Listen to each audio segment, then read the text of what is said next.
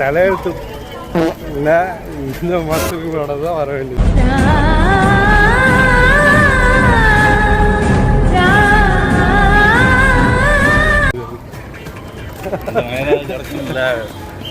என்னடா பொசுக்கு மலையாளம் பேசிவிட்ட? இது கியூட்னஸ் ஹீரோனா என்னடா கரடி கக்கூஸ் போன மாதிரி ஒரு சவுண்டு. தளபதி விஜய் பட்டு எனக்கு ஒரு ஸ்நேகிதன் ஒன்றுச்சு. எனக்கு ஒரு ஸ்நேகிதன் ஒன்று நம்ம மைண்ட் அங்கே போச்சு. பேசக்கூடாதா பாருங்க. புதுக்கோட்டைங்கிறாரா குறுக்கு வழிங்கிறாரா? புதுக்கோட்டையில் குறுக்கு வழியாக இருக்கும்னு நினைக்கிறேன். இது பிறந்ததுல இருந்தே இப்படித்தானா? மூளை வளர்ச்சி குறைவான். வண்டியில இட்லி கடை வச்சிருந்தாரு. இது முகேஷோட கதை. முகேஷ் ஒரு வருஷம் குட்கா சொல்றான். அவ்வளவுதான் நம்மளதான் முகேஷை எங்களால காப்பாற்ற முடியல. நானூரெங்கும் சென்றாலும் எண்ணம் எல்லாம்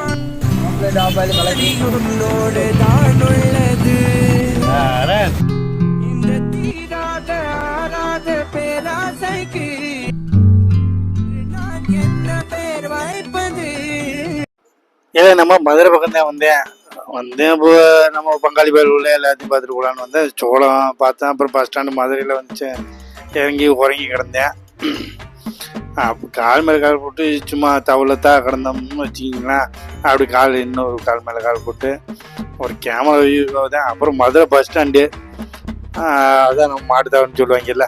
அப்படியே நைட்டு பூரா நம்ம கடத்தூர் பார்த்தீங்கன்னா செவன்னு அப்படியே செவத்த புள்ள மாதிரி சொலிச்சிட்டு கிடந்தது.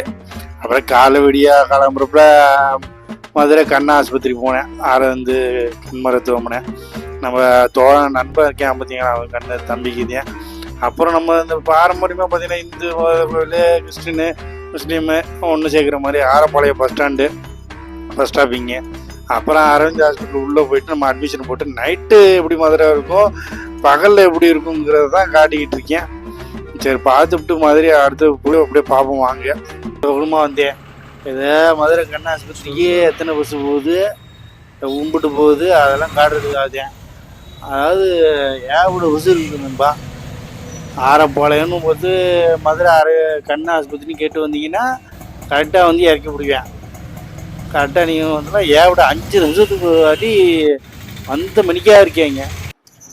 பரவாயில்ல என்ன. அப்புறம் இப்படியே பார்த்துக்கிட்டு தெரிஞ்சுக்கிட்டு மணி 6:30 ஆகிடுச்சு. எப்படி அந்த உள்ள வெள்ளைச்சலை கட்டிகிட்டு இருக்கு. பாவம் புருஷனில் போல இருக்குன்னு நினச்சேன். கடைசியில் பார்த்தீங்கன்னா நர்ஸுன்னாங்க, சிஸ்டர்னாங்க. யாருக்கு இதோட நீங்கள் ஹாஸ்பிட்டல் டிஸ்சார்ஜ்.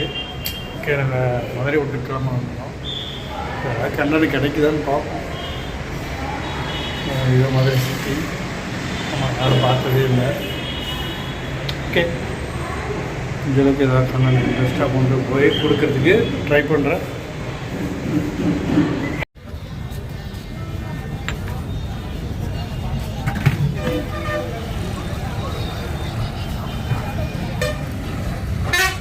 இன்னைக்கு மதுரைக்கு வந்துருக்கோம். மாதிரி வந்து 3 நாள் ஆச்சு.